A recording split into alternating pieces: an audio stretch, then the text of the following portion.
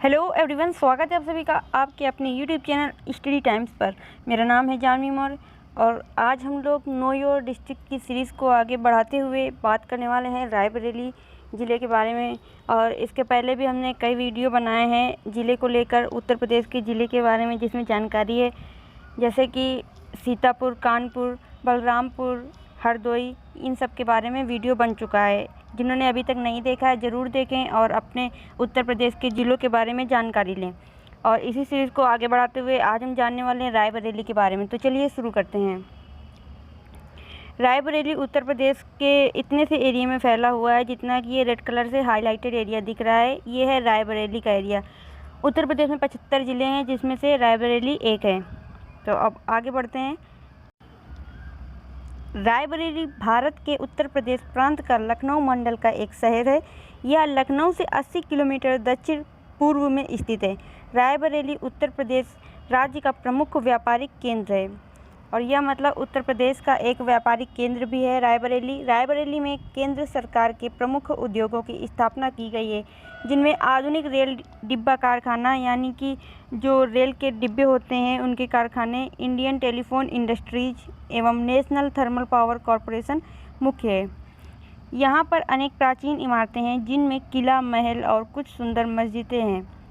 यह श्रीमती इंदिरा गांधी का निर्वाचन क्षेत्र रहा है रायबरेली और यहाँ पर उत्तर प्रदेश का पहला एम्स स्थापित हुआ है एवं देश के कई उच्च शिक्षा एवं शोध संस्थान भी हैं। इनमें से कुछ हैं national institute of pharmaceutical education and research, national institute of fashion technology, petroleum संस्थान एवं देश का प्रथम राष्ट्रीय विमानन विश्वविद्यालय। यहाँ देश का प्रथम राष्ट्रीय विमानन विश्वविद्यालय भी है। ये जो इमेज दिखाई गई ये है इंदिरा गांधी जी की इमेज। ये इनकी रायबरेली में एक रैली के दौरान लेक्चर देते हुए इमेज दिखाई गई है। अब हम लोग जानेंगे रायबरेली के इतिहास के बारे में। रायबरेली जिला अंग्रेजों द्वारा 1858 में बनाया गया था। अपने मुख्यालय शहर के बाद नामित किया गया था। परंपरा यह है कि शहर राजभर राजा डलदेव द्वारा स्थापित किया गया था और भरौली जो समय के पाठ्यक्रम में कायस्थ व सिद्दीकी मनिहार जो समय के एक अवधि के लिए शहर के स्वामी थे, उपाधि के तौर पर राय शीर्षक प्रतिनिधित्व करता है, यानी इनका राय शीर्षक था। इसी के द्वारा यहाँ रायबरेली भी बोला गया, क्योंकि दक्षिण में जिनमें से रायबरेली झूठ का जिले द्वारा कवर क्षेत्र अवध या अवध के शुभ के रूप में ज्ञात किया गया था। इस क्षेत्र में भारतीय इतिहास के मीडिया स्तर अवधि की शुरुआत के बारे में किया गया था और उत्तर में यह हिमालय की तलहटी के रूप में दूर तक फैला है और वत्स देश के दक्षिण में दूर तक। और इसमें कोई शक नहीं है कि जिले सभ्य और बहुत ही प्रारंभिक काल से यहाँ पर जीवन बसा हुआ है। 8 अगस्त 1942 को भारत छोड़ो आंदोलन की शुरुआत की गई थी और जिला किसी भी अन्य लोगों के पीछे नहीं था। फिर यहाँ जन गिरफ्तारी, सामूहिक जुर्माना, लाठी भांजना और पुलिस फायरिंग की गई थी। सरेनी में उत्तेजित भीड़ पर पुलिस ने गोलाबारी की जिसमें कई लोग शहीद हो गए और कई अपंग। इस जिले के लोगों ने उत्साहपूर्वक व्यक्ति सत्याग्रह में भाग लिया और बड़े पैमाने में गिरफ्तारी दी जिसने विदेशी जड़ों को हिलाकर रख दिया। और 15 अगस्त 1947 को लंबे अंतराल के बाद प्रशिक्षित स्वतंत्रता हासिल की गई और देश के बाकी हिस्सों के साथ साथ यहाँ भी आज़ादी का जश्न हर्षोल्लास के साथ मनाया गया। प्रशासनिक इकाई के रूप में जिला का इतिहास मुस्लिम आक्रमण से पहले जिले के प्रशासनिक स्थिति के बारे में चुप था, सिवाय इसके कि यह प्राचीन कोसला देश के भाग का गठन किया गया था। 4वीं सदी की शुरुआत में रायबरेली और इसके चारों ओर इलाकों में राजभर राजपूतों द्वारा विस्थापित थे और कुछ मामलों में मुस्लिम उपनिवेशवादी द्वारा शासित थे। जिले के दक्षिण में पश्चिमी भाग बैस राजपूतों द्वारा कब्जा किया गया था। कानपुर और अमेठी वाले अन्य राजपूत कुलों खुद को क्रमशः उत्तर पूर्व और पूर्व में स्थापित थे। दिल्ली के सुल्तानों के शासन के दौरान लगभग पूरे पथ नाम मात्र अपने राज्य का एक हिस्सा का गठन किया गया था और अकबर के शासनकाल के दौरान जब जिले द्वारा कवर क्षेत्र अवध और लखनऊ के सिरकार्स के बीच इलाहाबाद की सूबे, जो कि अब प्रयागराज नाम है इलाहाबाद का, जो जिले का बड़ा हिस्सा के रूप में शामिल किया गया था। यह वर्तमान में जिले के मोहनलालगंज परगना से बढ़ाया मानिकपुर के सिरकार्स में विभाजित किया गया था। उत्तर पश्चिम पर दक्षिण में गंगा और उत्तर पूर्व में परगना इन्होंने लखनऊ और इन्होंने के परगना अवध के कार्स में उस नाम के एक महल के लिए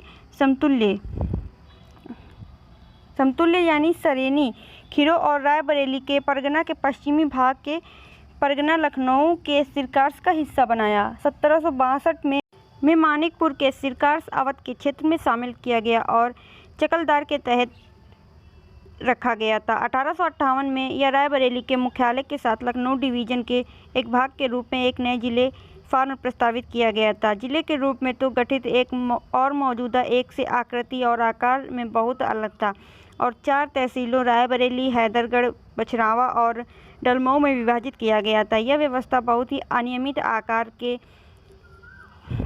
93 किलोमीटर लंबा और 100 किलोमीटर चौड़ा एक जिले में हुई।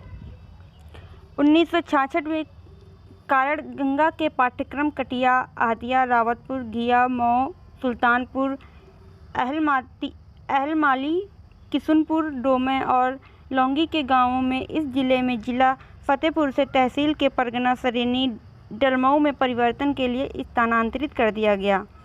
अब इसके भूगोल के बारे में जानते हैं, यानी ज्योग्राफिकल इसकी कंडीशन क्या है।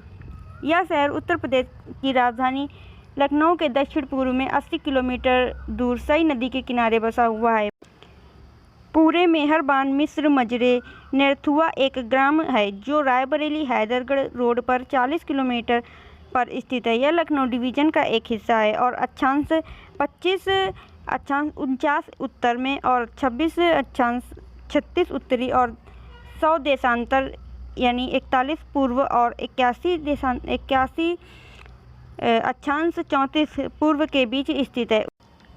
उत्तर में यह जिले लखनऊ और बाराबंकी जिले तहसील हैदरगढ़, तहसील मोहनलालगंज द्वारा घिरा हुआ है।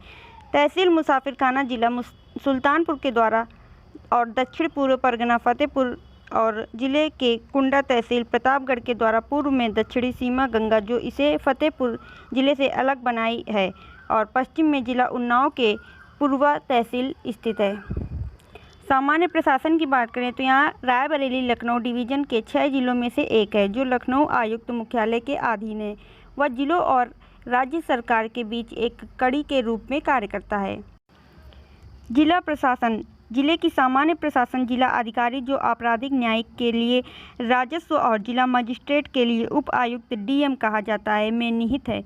जिला मजिस्ट्रेट द्वारा एडीएम कार्यकारी प्रशासनिक काम करती है और राजस्व के प्रयोजन के लिए एडीएम F&R के लिए मदद की है।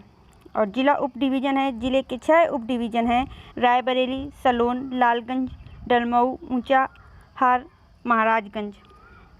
प्रत्येक उप विभाजन भी एक ही नाम की एक तहसील रूप प्रत्येक उप विभाजन जिले के जनरल आपराधिक और राजस्व प्रशासन के उद्देश्य से कार्य करता है। जिला मजिस्ट्रेट के तहत 5 सब डिवीज़न मजिस्ट्रेट एसडीएम कर रहे हैं। प्रत्येक एक उप प्रभाग के प्रभारी पकड़ और विविध राजस्व कार्यपालिका और दंडाधिकारी काम के रूप में भी एक अच्छी तरह से अपने न्यायिक के तहत क्षेत्र के विकास के साथ जुड़ा उनसे संबंधित कर्तव्यों प्रदर्शन करता है। और कानून एवं व्यवस्था और रायबरेली सिटी मजिस्ट्रेट शहर में अन्य प्रशासन उद्देश्य के लिए भी जिला मुख्यालय कार्य करता है।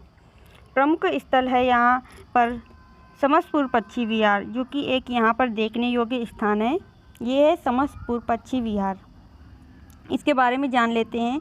जिले के रोनिया विकासखंड में स्थित है। यह लखनऊ से लखनऊ वाराणसी राजमार्ग पर लगभग 122 किलोमीटर दूर 799.371 हेक्टेयर के कुल क्षेत्रफल पर 1987 में स्थापित किया गया था। ऊंचा हार निकटतम रेलवे स्टेशन है और निकटतम हवाई अड्डा फुर्सतगंज है। इस यात्रा की सबसे अच्छी अवधि नवंबर से मार्च तक है। पक्षियों की 250 से अधिक किस्में देखी जा सकती हैं यहाँ पर, जो ग्रेलेग हंस, पिनटेल, आमतील, विजन, सोवलर, सुखराब आदि शामिल हैं। 5000 किलोमीटर की दूरी से यहाँ आते हैं स्थानीय पक्षियों कंघी, बतख, टील, स्पॉट विधेयक, चम्मच विधेयक, किंगफिशर, गिद्ध आदि। समस्तपुर झील में मछली के 12 किस्में पाई जाती हैं। ये डलमऊ यहाँ का देखने योग्य स्थान है। यहाँ पर मंदिर यानी पवित्र स्थल है ये डलमऊ।